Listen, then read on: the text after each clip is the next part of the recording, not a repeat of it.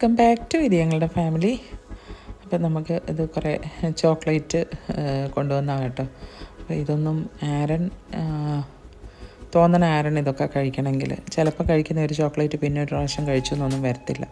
പിന്നെ ഞാൻ പിള്ളേർക്കൊക്കെ അവൻ്റെ ഫ്രണ്ട്സിനും അവർക്കൊക്കെ കൊടുത്തൊക്കെ തീർക്കും. അങ്ങനെ നമ്മൾ ഓരോ ദിവസങ്ങൾ നമ്മളിങ്ങനെ പോകുമ്പോൾ നമ്മളെ കാണുമ്പോൾ ഓരോരുത്തരും ഓർക്കും ഇവരെന്ത് ഹാപ്പി ആയിട്ടാണ് നടക്കുന്നത്, ഇവർക്ക് എന്താ പ്രശ്നം, ഇവർ ഭയങ്കര ഹാപ്പി ആണല്ലോ എന്നൊക്കെ ചിന്തിക്കും. പക്ഷേ അങ്ങനെയല്ല, നമുക്ക് ഓരോരുത്തരുടെ ഓരോ സാഹചര്യത്തിലൂടെ നമ്മൾ പോകുമ്പോഴേ നമുക്കറിയത്തുള്ളൂ നമ്മൾ എന്തെല്ലാം ബുദ്ധിമുട്ടുകളിൽ കൂടെ നമ്മൾ പൊയ്ക്കൊണ്ടിരിക്കുന്നത് എന്നുള്ളത്. ഇത് ഞാൻ ലുലു പോയപ്പോഴത്തേക്കിനും ഒരു വീഡിയോ എടുത്തതാണ്. നമ്മുടെ കാന്താക്കോട്ടനയിലുള്ള ഗേൾസിനൊക്കെ പറ്റുന്ന നല്ല ഓവർകോട്ടാണത്. പിന്നെ കുറേ കുർത്തി ടോപ്പും ഒക്കെ ഉണ്ടായിരുന്നു. ഇതാണ്ട് കഫ്താനൊക്കെ കുറേ ഉണ്ട് കേട്ടോ. അപ്പം ഞാൻ ജയ്പൂർ കോട്ടനയിലുള്ള പഴയ കഫ്താനുണ്ടല്ലോ, ഇങ്ങനെ ഇടയ്ക്ക് ടൈ കെട്ടുന്ന പോലത്തെ കഫ്താനാണിത്. നല്ല ഭംഗിയുണ്ടായിരുന്നു കാണാൻ. കുറേ ബാഗ് കളക്ഷൻസും ഉണ്ടായിരുന്നു പുതിയ. നമ്മുടെ മലബാർ വില്ലേജിൽ ഫുഡ് കഴിക്കാനായിട്ട് പോയപ്പോൾ അഫ്ഗാനി ചിക്കനും പിന്നെ എന്താണ് റിബ്സ് ബീഫോ, ഈ റിബ്സയിലൊന്നും അല്ല ഈ ബീഫ് ഇരിക്കുന്നത്, പക്ഷേ നല്ല ടേസ്റ്റ് ആയിരുന്നു, പറയാതിരിക്കാൻ പറ്റത്തില്ല. ആ ബീഫ് നല്ലപോലെ ഇങ്ങനെ ചതച്ചിട്ട് എന്തോ സംഭവം അതിങ്ങനെ വേവിച്ചിട്ട് ഈ റിബ്സയിൽ ജസ്റ്റ് റിബ്സ് കയറ്റി വെച്ചിരിക്കുന്നു എന്നുള്ളതേ ഉള്ളൂ. പക്ഷേ നല്ലതായിരുന്നു, നല്ല ടേസ്റ്റായിരുന്നു. ഇപ്പോൾ നല്ല മഴ, 2-3 ദിവസമായിട്ട് മഴയുള്ളത് കൊണ്ട് നല്ല സുഖമാണ് വൈകിട്ടാകുമ്പോഴത്തേക്കിനും. കാരണം പകലത്തെ ചൂട്, പകൽ മുഴുവൻ ഭയങ്കര ചൂടാണ്. വൈകിട്ടാകുമ്പോഴത്തേക്കിനും ഈ മഴ കഴിയുമ്പോൾ ഒരു ചെറിയൊരു തണുപ്പ് കാണും. അപ്പം പിന്നെ ഇന്നും ദാണ്ട മഴ ഉണ്ടെന്ന് തോന്നുന്നു, നല്ല മൂടി നിൽക്കുകയാണ്, കാറ്റുമുണ്ട് നല്ലപോലെ. അപ്പോൾ നല്ലപോലെ ഒന്ന് മഴ പെയ്ത് കഴിയുമ്പോഴത്തേക്കിനും ഒന്ന് നല്ലപോലെ ഒന്ന് തണുക്കും. അപ്പോൾ ഒരു സുഖമാണ് നമുക്ക്. മറ്റേത് അകത്ത് ഭയങ്കര, ശരിക്കും പറഞ്ഞു കഴിഞ്ഞാൽ ഒരു പുഴുങ്ങലാണ്, നമുക്ക് ഒട്ടും പറ്റത്തില്ല, അങ്ങനത്തെ ചൂടാണ് ഇപ്രാവശ്യം. പിന്നെ ഞാനിങ്ങനെ വെറുതെ ഇരുന്നപ്പോഴത്തേക്കിനും ഇങ്ങനെ കുറേ മുത്തിൻ്റെ മാലകൾ അതെല്ലാം ഉള്ളത് ഞാനിങ്ങനെ ഓരോ കവറിനകത്താക്കി വെച്ച്, നമ്മളിപ്പോൾ ഒരു ബോക്സിലോട്ടെല്ലാം കൂടി ഇടുകയാണെങ്കിൽ എപ്പോഴേലും എടുക്കാമെന്നൊരു ഇത് മുഴുവൻ കുരുങ്ങിപ്പോൾ. അപ്പോൾ ഇതുപോലെ നമുക്ക് ഓർഗനൈസ് ചെയ്ത് വെക്കാം. പിന്നെ ആരൻ്റെ ഫ്രണ്ട് ആൽബിക്കുട്ടിൻ്റെ ബർത്ത്ഡേ ആയിരുന്നു. അപ്പോൾ ഞങ്ങൾ ഒരു 18 വയസ്സായി. അപ്പം വേറെ ആരും ഇല്ലായിരുന്നു. ഞങ്ങൾ അവൻ്റെ ഫ്രണ്ട്സ് 2 പേരും, ഞങ്ങൾ പേരൻസ് മാത്രമേ ഉണ്ടായിരുന്നുള്ളൂ, വേറെ ആരും ഇല്ലായിരുന്നു. അപ്പം അങ്ങനെ കേക്കൊക്കെ കട്ട് ചെയ്തു. പിന്നെ ആരനെ ഇട്ട് ഭയങ്കര കളിയാക്കായിരുന്നു അവർ. കാരണം ആരന് 18 ആയില്ല. അപ്പോൾ അവർക്കൊക്കെ 18 ആയി. അതുകൊണ്ട് കൊച്ചവിടെ ഇരിക്കുന്നൊക്കെ പറഞ്ഞ് ആരനെ കളിയാക്കായിരുന്നു. അപ്പോൾ അവനാകപ്പാടെ ഒരു വിഷമമായിരുന്നു. എനിക്കിനി സമയം കിടക്കുന്നു എന്നും പറഞ്ഞ് 18 ആവാനായിട്ട്. അപ്പോൾ അങ്ങനെ കേക്കൊക്കെ മുറിച്ചു. പിള്ളേർ എല്ലാ ബർത്ത്ഡേക്കും, ഈ ആൽബിയുടെ എല്ലാ ബർത്ത്ഡേക്കും ഇവർ കാണും, പിള്ളേർ കാണും കൊച്ചിലെ തൊട്ട്. അങ്ങനെ പിന്നെ ഫുഡൊക്കെ എടുത്ത് വെച്ചേക്കാണ്. കുറേ ഫുഡുണ്ടായിരുന്നു, ലീന കുറേ ഫുഡൊക്കെ അറേഞ്ച് ചെയ്തിട്ടുണ്ടായിരുന്നു. അങ്ങനെ പിന്നെ കേക്കൊക്കെ എല്ലാവർക്കും കൊടുത്തു. ഇങ്ങനെ ഒരു സന്തോഷമായിട്ടുള്ള ഒരു ദിവസമായിരുന്നു. നല്ല രസമായിരുന്നു. എല്ലാവരും കൂടെ നല്ലപോലെ ഒന്ന് എൻജോയ് ചെയ്തു. ഞങ്ങളുടെ സ്ഥിരം ഫോട്ടോയാണിത്. അങ്ങനെ ലീനയുടെ അവിടെ ഉള്ളതാണ്. ഇതേണ്ട ഈ സ്റ്റോണ് ചെറുത്, ഇത് വരുന്നവരെല്ലാം 2-3 വീതം പെറുക്കിക്കൊണ്ട് പോകുന്ന ലീന പറഞ്ഞ് ലാസ്റ്റ് ഇത്രയേ ഉള്ളെന്ന് പറഞ്ഞു. അപ്പോൾ ഞാൻ ചെല്ലുമ്പോൾ എല്ലാം ഇതിൻ്റെ വീഡിയോ എടുക്കും. ശരിക്കും ഉള്ളി തൊലി പൊളിച്ചിരിക്കുന്ന പോലില്ലേ അത് കണ്ടാൽ.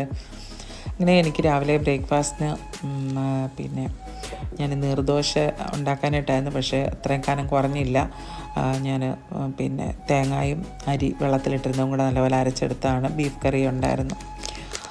ഇത് പിന്നെ എൻ്റെ നെയ്ബർ ആൻറ്റി ഓസ്ട്രേലിയയ്ക്ക് പോയിരിക്കുമായിരുന്നു. അപ്പോൾ ആൻറ്റി കൊണ്ടുവന്നാണ് ഒരു പോപ്കോണാണത്. പക്ഷേ എങ്കിൽ നല്ല ടേസ്റ്റായിരുന്നു, ചെറിയൊരു മധുരവും ഒക്കെ ആയിട്ടുള്ളൊരു പോപ്കോൺ ആയിരുന്നു കേട്ടോ. ഞാൻ അന്നേരം കഴിച്ചു. എനിക്ക് ശരിക്കും പോപ്കോൺ കഴിക്കാൻ ഭയങ്കര പേടിയാണ്, തിയേറ്ററിലൊക്കെ പോയിരുന്ന് തൊണ്ടയിലിങ്ങനെ ഉടക്കുമല്ലോ.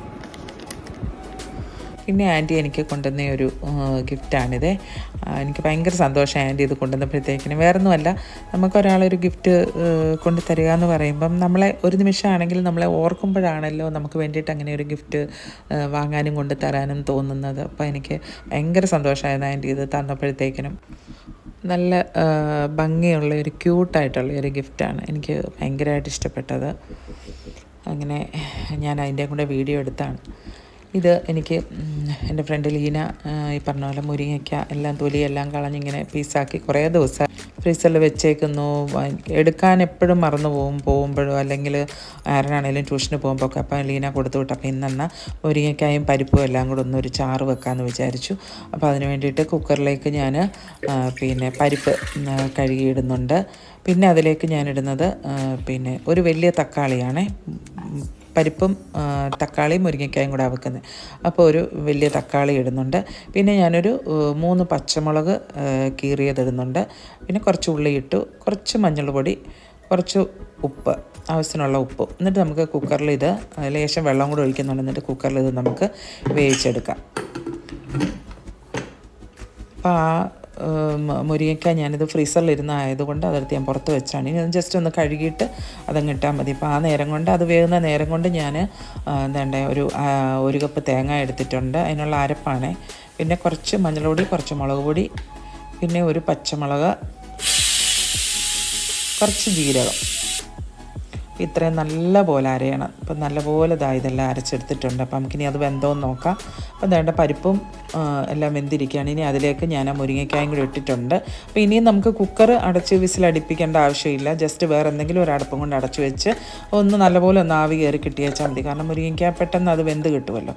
അപ്പോൾ അങ്ങനെ പിന്നെ മുരിങ്ങയ്ക്കായും കൂടി ഇട്ടിട്ടുണ്ട്. ഇനി അതൊന്ന് നമുക്ക് മൂടി വെച്ച് വേവിച്ചെടുക്കാം. അപ്പോൾ ദാണ്ട് ഇത് നല്ലപോലെ വെന്തിട്ടുണ്ട്. ഇനി അതിലേക്ക് നമുക്ക് അരച്ച് വെച്ചിരിക്കുന്ന അരപ്പ് ചേർത്ത് കൊടുക്കാം. അപ്പോൾ അരപ്പ് ചേർത്തിട്ടുണ്ട്.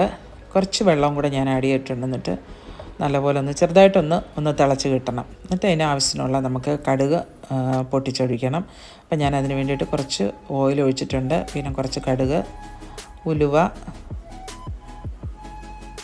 കുറച്ച് ഉള്ളി, 2 വറ്റൽമുളക്. അപ്പോൾ ഇത് മൂത്തിട്ട് അതിലേക്ക് കുറച്ച് കറിവേപ്പിലയും കൂടെ ഇട്ടിട്ട് നല്ലപോലെ ഒന്ന് മൂപ്പിച്ചെടുക്കാം. എന്നിട്ട് നമുക്ക് അതിലേക്ക് ഒഴിച്ചു കൊടുക്കാം. അപ്പം നമ്മുടെ മുരിങ്ങയ്ക്ക പരിപ്പ് കറി റെഡിയാണ്. അപ്പോൾ എല്ലാവരും ഒന്ന് ട്രൈ ചെയ്ത് നോക്കണം. നല്ല ടേസ്റ്റാണ് ഈ കറി. ഇത് ശരിക്കും ഒരു വലിയൊരു അപകടത്തിൽ നിന്ന് ഞങ്ങൾ രക്ഷപ്പെട്ടു. ഞാനും മോനും.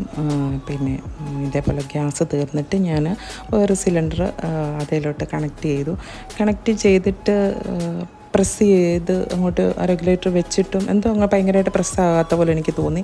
അങ്ങനെ ഞാൻ വെച്ച് ഓക്കെ ആയിരിക്കും. പക്ഷേ സാധാരണ ഞാനിങ്ങനെ റെഗുലേറ്റർ ഫിറ്റ് ചെയ്ത് കഴിഞ്ഞാൽ ഞാൻ കത്തിച്ച് നോക്കും, അടുപ്പ് കത്തിയൊന്ന് നോക്കി. ഇന്നെന്തോ എനിക്കങ്ങനെ നോക്കാൻ തോന്നിയില്ല, നോക്കിയില്ല. ഇനി വന്നു കഴിഞ്ഞിട്ട് പിന്നെ എൻ്റെ മനസ്സിനകത്തൊരു ഇത് വീണ്ടും ഞാൻ പോയി 2 പ്രാവശ്യത്തോളം ഊരി വെച്ച് ഒന്നും ശരിയാകുന്നില്ല. അത് കഴിഞ്ഞ് ഞാൻ ചെന്ന് മോനെ വിളിച്ചുകൊണ്ട് വന്നു. ഒന്ന് ശ്രദ്ധിച്ചോണേ മോനെ, ഞാൻ വെക്കാമെന്നും പറഞ്ഞു. അപ്പോൾ അവനോടെ വന്നു, അവനറിയത്തില്ലെങ്കിലും അവനോടെ വന്ന് നിന്നു. അപ്പം ഞാൻ ഈ അടുപ്പിൻ്റെ നോബ് തിരിച്ചപ്പോഴത്തേക്കിനും ഗ്യാസ് വരുന്നില്ല, അടുപ്പ് കത്തുന്നില്ല. അപ്പം മോനോട് പറഞ്ഞു, അമ്മ ഒന്നുകൂടെ റെഗുലേറ്ററിൻ്റെ അത് ഓൺ ചെയ്തതെന്നും പറഞ്ഞ് ഞാൻ ഇച്ചിരി ശക്തിക്ക് അത് ഓൺ ചെയ്യേണ്ടി വന്നു. കാരണം അത് തിരിയുന്നില്ലായിരുന്നു. അത് ഭയങ്കരമായിട്ട് ഞാൻ തിരിച്ചതും ഗ്യാസ് ഭയങ്കരമായിട്ട് അങ്ങ് ചീറ്റി എന്ന് പറഞ്ഞു കഴിഞ്ഞാൽ പെട്ടെന്ന് ആ ഒരു സെക്കൻഡ് നമുക്ക് എന്ത് ചെയ്യണമെന്ന് അറിയാൻ പറ്റത്തില്ലല്ലോ. അപ്പോൾ ഞാൻ വേഗം തിരിച്ച് ആ നോബ് ഒരു വിധത്തിൽ ഞാൻ തിരിച്ചത് ഓഫ് ചെയ്തിട്ട് റെഗുലേറ്റർ ഞാൻ അതേന്ന് പെട്ടെന്ന് ഊരി പിന്നെ പെട്ടെന്ന് ഞങ്ങൾ കിച്ചണിൽ നിന്ന് പുറത്തിറങ്ങി. അപ്പോൾ മോൻ പറഞ്ഞു വേണ്ട, ഇനി അതവിടെ വെക്കണ്ട എന്ന് പറഞ്ഞാൽ ഇതിങ്ങനെ പിന്നെ സിലിണ്ടർ ഞാൻ ഇതേപോലെ വീലയിലാണ് വെച്ചിരിക്കുന്നത്. അപ്പോൾ മോൻ പറഞ്ഞു ഇത് വേഗം പുറത്തിറക്കാമെന്നും പറഞ്ഞു അവൻ പെട്ടെന്ന് അത് വലിച്ചു കൊണ്ടുവന്ന് പുറത്തിറക്കി വെച്ചു സിലിണ്ടർ. അപ്പം പിന്നെ ശരിക്കും ഒരു സെക്കൻഡ് നമ്മളാ അടുപ്പിൻ്റെ നോബ് തിരിച്ച സമയത്ത് തന്നെ മറ്റേതായിരുന്നു, അത് കത്തുകയും കൂടെ ചെയ്തിട്ടുണ്ടെങ്കിൽ ശരിക്കും ഞങ്ങൾ 2 പേരും തീർന്നേനെ. എന്തോ എനിക്കിന്ന് മനസ്സിനകത്ത് ആ സിലിണ്ടർ ഫിറ്റ് ചെയ്യാന്നേരമെല്ലാം എൻ്റെ മനസ്സിനൊരു ഭയങ്കര എന്തോ ഒരു ബുദ്ധിമുട്ട് പോലെ, ഇതെന്തോ ശരിയായില്ല, വേണോ ഓഫ് ചെയ്തേക്കാം, ഊരിയിട്ടേക്കാം എന്നൊക്കെ തോന്നിയായിരുന്നു. നമുക്ക് ചിലപ്പം ചില സമയങ്ങളിൽ നമുക്ക് നമ്മുടെ മനസ്സിൽ തോന്നിക്കും വേണ്ട ഇത് ചെയ്യണ്ട എന്നുള്ളത്. അങ്ങനെ ഞാൻ പോയി വീണ്ടും ആ റെഗുലേറ്റർ ഒന്നുകൂടെ ഊരിയേച്ച് വെക്കാൻ നോക്കി. അല്ലെങ്കിൽ നമ്മൾ അറിയത്തില്ല എന്നത് അവിടെ ഇരുന്ന് ലീക്ക് ആയിക്കൊണ്ടിരുന്നേനെ ഞാൻ ചെന്ന അടുപ്പ് പിന്നെ കത്തിക്കുകയും ചെയ്യും. വലിയൊരു അപകടം സംഭവിച്ചതിന് ഏതായാലും അതിൽ നിന്ന് കർത്താവ് ഞങ്ങളെ അത്ഭുതകരമായിട്ട് രക്ഷപ്പെടുത്തി എന്നുള്ളതാണ്. അപ്പം ശരിക്കും പറഞ്ഞു കഴിഞ്ഞാൽ ഭയങ്കര നമ്മളൊരു കാര്യം ചെയ്യേണ്ട എന്ന് നമ്മുടെ മനസ്സിൽ തോന്നിക്കഴിഞ്ഞ് കഴിഞ്ഞാൽ പിന്നെ നമ്മളതിന് നിൽക്കുകയോ ചെയ്തത്. എനിക്കെന്തോ ഇന്ന് ആ സിലിണ്ടർ ഫിറ്റ് ചെയ്തപ്പോൾ തൊട്ട് എൻ്റെ മനസ്സിന് ഭയങ്കര വിഷമം, എന്തോ അത് ശരിയായിട്ടില്ല, വേണ്ട എന്നുള്ളത്. ഞാൻ മോനെ കൊണ്ട് ചെയ്യിക്കത്തേയില്ല, ഞാൻ തന്നെ എപ്പോഴും ചെയ്യുന്നത്. അപ്പം ഞാൻ ഈ ഒരു കാര്യം കൂടി ഷെയർ ചെയ്തതാണ്. അപ്പം നമ്മുടെ വീഡിയോ ഇഷ്ടപ്പെട്ടെങ്കിൽ ലൈക്ക് ചെയ്യുക, നിങ്ങളുടെ കമൻറ്റുകൾ അറിയിക്കുക. അടുത്ത വീഡിയോയിൽ കാണുന്നവരെ ടേക്ക് കെയർ ആൻഡ് ബൈ.